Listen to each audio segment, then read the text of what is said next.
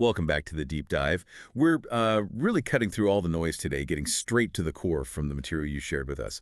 We're focusing specifically on day 11 of this significant trial involving Mr. Combs. That's right. And we're digging into some really detailed accounts, mostly pulled from excerpts of a YouTube channel's transcript. It gives you this vivid look at the courtroom, the proceedings, the witness testimonies from that one day. And our mission here, really, is just to pull out the most crucial bits, the surprising details, that key testimony, the legal stuff happening behind the scenes, so you can get a clear, informed picture of what went down on day 11 fast. Exactly. Not a minute-by-minute replay, but really highlighting those strategic moments, the specific details that, build the picture being presented in court. Okay, let's unpack this. So day 11, it actually kicked off before the jury even came in with this quick but pretty revealing legal back and forth. Yeah, that's right. The government, they wanted to bring in this message from Ms. Ventura. It included the phrase, he's making me freak off on my birthday, she didn't want to go. The idea was to show her state of mind about something specific. Right. And the defense jumped right in, objecting. Yeah. Said they couldn't challenge it properly without, cross-examining Ms. Ventura on it right then. But the judge basically shut that down pretty quickly, pointed out that those kinds of objections, they needed to happen way earlier, during pretrial motions, the stuff they sort out before the trial starts. So that argument sailed. A clear signal from the judge there. Definitely set a tone. Okay, so jury comes in, first witness, Capricorn Clark. Miss Clark. She used to be an assistant for Mr. Combs, and her testimony was, wow, it was impactful, very emotional. She painted this picture of alleged chaos, fear behind the scenes at Bad Boy Records. She actually broke down crying, didn't she? Yeah. Saying she just wanted her life back. Yeah. That hits hard in a courtroom setting. It really does. It kind of underlines the personal cost she claims this all had. And it wasn't just general feelings. She gave some really specific, striking details, like describing allegedly seeing Mr. Combs kick Mrs. Ventura in the street. In the street. And then she claimed he waved what she thought was possibly a gun at her. Yes, directly at her. A huge part of her testimony also focused on how she was fired. She alleged it happened right after she reported a potential kidnapping involving Ms. Ventura to Harve Pierre, who was the president of Bad Boy then. And she also said she was forced to cut a vacation short with Rihanna. Yeah, forced to come back for a meeting she felt was like a total setup, and they showed an email suggesting she was actually planning to secretly record that meeting. Wow. And the fallout she described after being fired, it sounds devastating. Lost her house, car, benefits, and really struggled to care for her autistic, nonverbal son. Just really difficult circumstances she laid out. She also mentioned a warning from Jimmy Effeft. Yes, Jimmy Iovine. A warning to basically stay away from Mr. Combs or things would go bad for her career.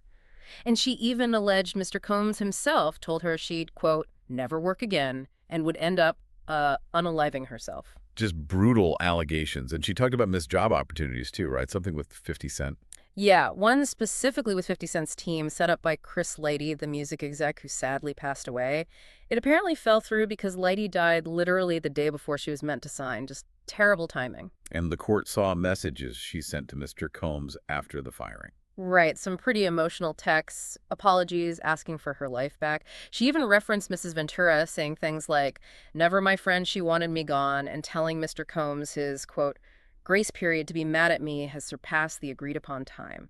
But even after all that, she said she hoped for some kind of reconciliation in 2023, after Mrs. Ventura's lawsuit came out. It's complex, isn't it? But yeah, she mentioned that hope. Maybe the most talked about line, though, was her story about telling Mrs. Ventura to leave him.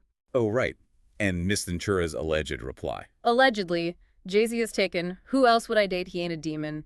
That quote really stuck out, giving a glimpse into, well, the alleged dynamic there. So Clark's testimony, it seems designed to establish this alleged pattern. Erratic behavior, violence, fear among staff, serious consequences if you got on his wrong side. Exactly. Setting a scene of a really volatile environment. Okay, so after Mrs. Clark, the prosecution switched gears, focused on a specific incident by calling an LAPD officer, Christopher Ignazio. Officer Ignazio, yeah. He testified about a 911 call he responded to way back on December 22nd, 2011. It was a Code 3 response, lights and sirens, to 8925 Hollywood Hills Road. That's the address linked to Kid Cudi and other parts of the testimony, connecting back to that chase Clark mentioned. Right, and he gets there and sees a black Escalade leaving fast. Said he made a point to memorize the plate because, in his words, he thought it could be involved in a crime the way it left. But he didn't chase it. No, crucially, he didn't pursue Yeah. because at that exact moment, they hadn't actually confirmed a crime had happened yet. He checked the house, found the front door unlocked, went inside, saw expensive watches, purses, but nothing looked, ransacked or stolen. Yeah. Then as he came out, he saw the same Escalade again, driving down the hill, and then Kid Cudi shows up in a Porsche. So the key thing he did find was running that Escalade's plate. Yes, and it came back registered to Bad Boy Records, so that connects that specific SUV to that location at that time. Now, the defense cross-examined him. What did they focus on? Well, they definitely highlighted the time gap. 13 years is a long time. They tried to poke holes by comparing his memory to his partner's report from back then. They also focused on the street layout, dead ends, cul-de-sac. Pointed out he didn't follow the Escalade, wasn't totally sure if he saw the Porsche leave. And there were some legal objections during that. Yeah, a few squabbles. Hmm. The defense tried asking him to define kidnapping objections sustained, tried getting him to differentiate trespass and burglary sustained again. But some questions got through. Right. Objections were overruled when they asked if he'd been told the homeowner was inside just before he arrived.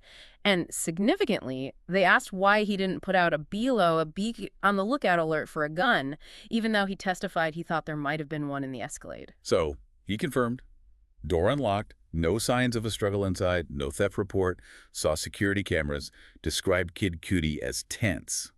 Basically, his testimony locked in the official police response and observations right after that alleged incident. Exactly, the official record of what they saw and did right then. Okay, so after the officer, we hear from an arson investigator, Lance Gimenez. Right, Mr. Gimenez, an LA arson investigator, testified he's handled hundreds of fires a year. He was called to the same address, 8925 Hollywood Hills Road, a bit later. Why? An auto fire. Kid Cudi's Porsche. The Porsche again. So connecting this fire to the same place as the earlier 911 call. Precisely. And he described what he found. A cut in the Porsche's roof. Burn patterns inside. And some specific items. A bottle on the seat, a burned handkerchief, and a lighter found on the ground nearby. And his theory, based on that. His hypothesis was a Molotov cocktail dropped through that cut in the roof. He got really specific about the device, too. Said the bottle was an Old English 800 malt liquor bottle. And the wick, made from a designer-type scarf silky material. That's very specific. Why does that level of detail matter? Because, he testified, the silky handkerchief wick apparently fell out without properly lighting the malt liquor, so the bottle didn't break inside the car. If it had broken like intended, the fire would have been way worse, could easily spread to the bushes, maybe even the house. So in his expert opinion, this was targeted. Deliberate. Yes, targeted. He also dropped a detail about DNA. Said he was told a partial DNA profile found on the bottle was consistent with a female contributor. But he also testified he didn't really know what that meant at the time, and you can't test it against someone without a suspect profile anyway. And that DNA mention led to some courtroom drama about fingerprint cards. Oh, yeah. Big drama. He mentioned that fingerprint cards related to his investigation were destroyed back in 2012 on LAPD order, he said. Not by him or his team. And the defense did not like that. Triggered a mistrial motion. Immediately. Sidebar conference, defense lawyers Ignipolo and Shapiro reacted really strongly. They basically argued the prosecution asking about those destroyed cards was misconduct. Trying to imply Mr. Combs or someone connected to him in the courtroom was somehow responsible for getting rid of evidence. Suggesting a cover-up. Kind of planting that seed, yeah. They called it buying into a conspiracy idea and said asking who authorized the destruction was basically pointing a finger at Mr. Combs without evidence. They used that phrase, trying to unring the bell, arguing the jury heard something damaging that they couldn't just forget.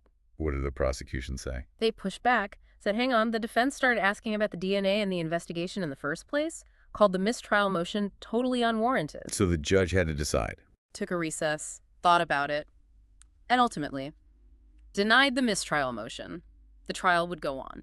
But there were consequences for that testimony. Yes. The judge did strike the testimony about the fingerprint cards, told the jury very clearly. Anything about fingerprints, questions, and answers. Ignore it. It's irrelevant. Don't consider it. It was the judge's way of trying to fix the potential damage without stopping everything. A judicial Band-Aid, essentially. Pretty much. A common tool when something iffy comes up, but maybe not enough to scrap the whole trial. Okay, so the arson investigator gets back on the stand. What else came out? Well, during more cross-examination, the defense hammered on that female DNA hit again and how the bottle was tested. They brought up Exhibit DX852 that was a driving glove, apparently belonged to Kid Cudi, the Porsche owner. Investigator confirmed it wasn't tested. Why bring up the glove? The defense seemed to be questioning the Molotov cocktail idea. Like, if the attacker wore a glove because the bottle would be hot, how does that fit?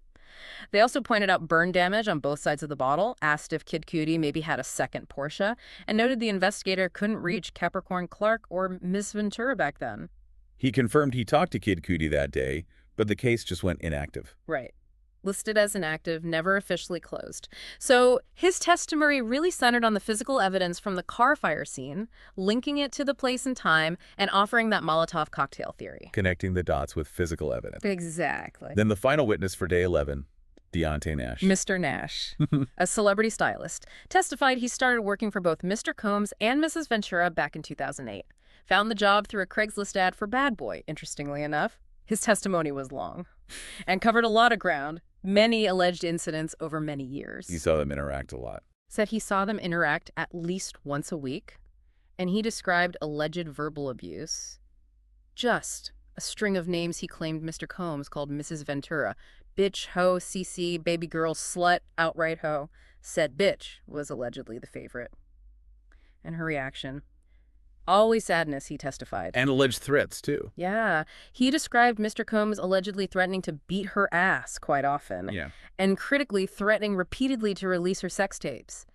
Nash claimed these threats really messed with her, made her emotional. Sometimes she'd just stay inside for days. He shared specific stories, too, right? Anecdotes. Lots of them. Like one time at a Vanity Fair party in 2014, he thought Mrs. Ventura looked horrible. Yeah. Said Mr. Combs actually physically picked him, Nash, up and threatened him before Nash eventually styled her hair. Wow. He worked on her music, too. Yeah, spent a lot of time with her in the studio, helping pick songs. Said they basically decorated it. He even slept there sometimes. But he testified only maybe 10% of the music they made ever got released, implying, Mr. Combs controlled her output. And instances where she wasn't allowed out. He described a couple. One time she went to a gay club with some people. Mr. Combs allegedly got really angry, called Mrs. Ventura on speakerphone, told her to come home now, then called Nash, allegedly saying, I thought I told you not to be going out since every time you want to go out, that bitch want to go. Intense. And another time. She was just at her LA apartment. Mr. Combs allegedly called, told her to come home. Nash said she just panicked and went straight back. He said he constantly overheard threats, the same ones. Yeah, beat her ass, wouldn't put her music out, get her parents fired, send the sex tapes to their jobs, calling her outright hoe and slut. Just constant alleged verbal abuse and threats. His testimony also brought in Mia, whose sources identify as victim #4. Nash said Mia was there during that Kid Cudi house incident people talked about earlier. And Nash described a really violent incident involving Mia while packing for a trip. Yeah, a really harrowing account from 2012. He and Mia were helping Mesky Ventura pack for Canada. He testified Mr. Combs burst in, allegedly yelled, "Bitch, didn't I tell you to answer your phone?" Then dragged Mrs. Ventura by her hair and hit her, quote, very hard. Oh, my God. Nash said he and Mia ran into the bedroom, but Mr. Combs allegedly forced the door open, kept hitting Mrs. Ventura with his fist. Nash said he jumped on Mr. Combs' back trying to stop and protect her, got thrown off. Mia got thrown off, too. Said Mrs. Ventura's head hit the bed frame. She was bleeding. Mia was grabbing towels. And what did Mr. Combs allegedly say then? Nash testified he said, look what y'all made me do. And then said Mrs. Ventura would go see a plastic surgeon with Drock, the security guy. Nash saw her the next day on FaceTime, said she had a gash in her eyebrow. Just awful. He described other incidents, too. Yes. A cooking incident. Mr. Combs allegedly told them, y'all better get out of my house. Grabbed Mrs. Ventura by the hair, pushed her out. Allegedly did the same to Nash, popped him, told him to go downstairs, said Mr. Combs just yelling at them as they drove off. And then a phone call right after that. Yeah, Nash testified Mr. Combs called, told them to pull over, came to the car window, allegedly threatened again, put her sex tape online, send it to her parents' jobs, get them fired, called her brother a bitch, and said only he could protect her. The sex tape threats keep coming up. Did Nash clarify anything about those? He did. He testified Mrs. Ventura told him Mr. Combs was taping her having sex with other men, and that Mr. Combs himself wasn't actually in those tapes. There was an objection to asking about her desire regarding sex with other men, but it was overruled. Nash stated she allegedly didn't want to do it. Okay. There's another incident involving Nash trying to help her get away, Before Uber was big. Right, trying to get her a taxi. Mr. Combs allegedly showed up at Nash's house looking for her, searched the place, even looked in the oven, Nash said. Took Nash's phone. Then Mrs. Ventura called Nash from a hotel. Mr. Combs heard, allegedly told Nash, let's go there. So they went to the hotel. Nash testified he went, but with Drock and Tony, security guys, described Mrs. Ventura as terrified, said she threatened to jump off the balcony, even walked towards it. It wasn't the ground floor. Said there were like 4 or 5 security guys downstairs waiting. Mr. Combs allegedly just told Nash, you played me. What did Nash do? He drove off, fast. Said security followed him, so he turned his lights off, didn't feel safe going home, went to the Universal Sheraton instead. And then his backpack was stolen the next day. Yeah, claimed his backpack with $1,000 cash inside was taken from his home. Said he kept cash like that for quick hotel check-ins for exactly these situations when Mr. Combs got mad. This timeline is just relentless. Another incident in 2015. Yep. Allegedly saw Mr. Combs slap Mrs. Ventura, say, get this bitch out of here. Nash said he got her out, and Mr. Combs allegedly told him to shut my fat ass up. Nash said he did. And he saw her with a black eye at a premiere. The perfect match premiere, yeah. Noticed she had a black eye. And Nash testified about alleged violence towards himself, too. At a music video shoot, claimed Mr. Combs threw him on a car, choked him out, yelling, y'all keep going out! Why did he go to the police about any of this? Said he was scared, afraid of retaliation from Mr. Combs. He mentioned asking KK Christina Courtroom, another staffer, to try talking to Mr. Combs about it, but apparently nothing changed. He also testified he helped Mrs. Ventura hide frequently, but Mr. Combs or KK would just call constantly. KK would apparently tell her Mr. Combs was calm now and she'd go back. He mentioned something about weekly hotel visits. Yeah, claimed Mrs. Ventura allegedly went to a hotel with Mr. Combs every week, packing sex toys. And, again, allegedly didn't want to go. That was another point the defense objected to, but the judge overruled it. Then there was her 29th birthday. Nash said Mr. Combs asked him if he should surprise her. Nash didn't say no. He explained this term Ventura used with him, freak off. Described it as like a bird sound. He said he overheard Mr. Combs complaining to her, you can't just do this one thing for me. Okay. And Nash testified Ms. Ventura told him later Mr. Combs was mad because she didn't want to go to the hotel and freak off with him. Said it was the first time he had heard the term used like that. Eventually, after some party shuffling, she allegedly told Nash they were going to a hotel and Mr. Combs was making her do that shit. They left. Nash described her as super high. Just story after story. Right. Anything else stand out? New Year's Eve in Vegas? Yeah, 2017. Staff were all on the same hotel floor. Mr. Combs allegedly told Nash that Miss Ventura had been asleep for 24 hours straight. Nash woke her up. Then Mr. Combs allegedly said something like he'd spent all his money so she had to do something. Apparently a producer nearby laughed at that. Nash also admitted his meetings with prosecutors sometimes ended early, and that he did stay in touch with Mr. Combs afterwards. Said the tone was loving. He doesn't hate him. Okay, so then the defense gets their turn, cross-examination. What did they focus on with Nash? They asked about his meetings with the government lawyers, pointing out his own civil lawyer was present sometimes. Asked if he was thinking about suing Mr. Combs himself. Nash denied it. Did they bring up Mr. Combs helping his career? Yes. They highlighted Mr. Combs' alleged role in making Nash a celebrity stylist, which Nash acknowledged. They also talked about Mr. Combs approving everything for Ms. Ventura's clothing line, Young and Reckless, which she partly owned, and that Bad Boy paid for her studio time, but she allegedly needed Mr. Combs' okay to even go to the studio. Kind of painting a picture of support mixed with control. His testimony was so long he needed a break. Yeah, he requested one during cross. Totally understandable given the length and the intensity of the details he covered. And while Nash was off the stand, there was more legal maneuvering happening, right? About a hotel settlement. Exactly. This is a separate thing. Mr. Combs' lawyers are trying really hard to get documents from Ms. Ventura's $10 million settlement with the Intercontinental Hotel over a different incident entirely. Why do they want those? The defense argues that hotel incident is key. They think details in that settlement might show inconsistencies in her story or maybe suggest a financial reason for her testifying in this trial against Mr. Combs, trying to undermine her credibility. And her side? The prosecution. They're fighting it tooth and nail, saying, look, she already testified truthfully about the settlement. The defense had their chance to ask her about it then. They're basically accusing Mr. Combs' team of harassment, even mentioned her recent pregnancy. Although the baby's born now, they argue the documents are private, legally protected, totally irrelevant, and she didn't lie anyway. So yeah, it's this real legal tug of war. Defense wants the dirt they think might be in the settlement papers to attack credibility. The other side says it's private, irrelevant, and just meant to harass her. Got it. Okay, back to Nash's testimony wrapping up. Any final key points from the end of his cross or redirect? A few things. He clarified he wasn't privy, as he put it, to Mrs. Ventura's alleged drug use. But he did admit to his own past cocaine and marijuana use, including telling someone he was smoking pot before meeting prosecutors. Okay, and clarification on that OBO Fest incident. Yes. Confirmed Mia was Mr. Combs' assistant at the time. And crucially, he said when he and Mia jumped on Mr. Combs, it wasn't just to protect Mrs. Ventura, it was also to protect Mr. Combs from himself, from maybe doing something even worse.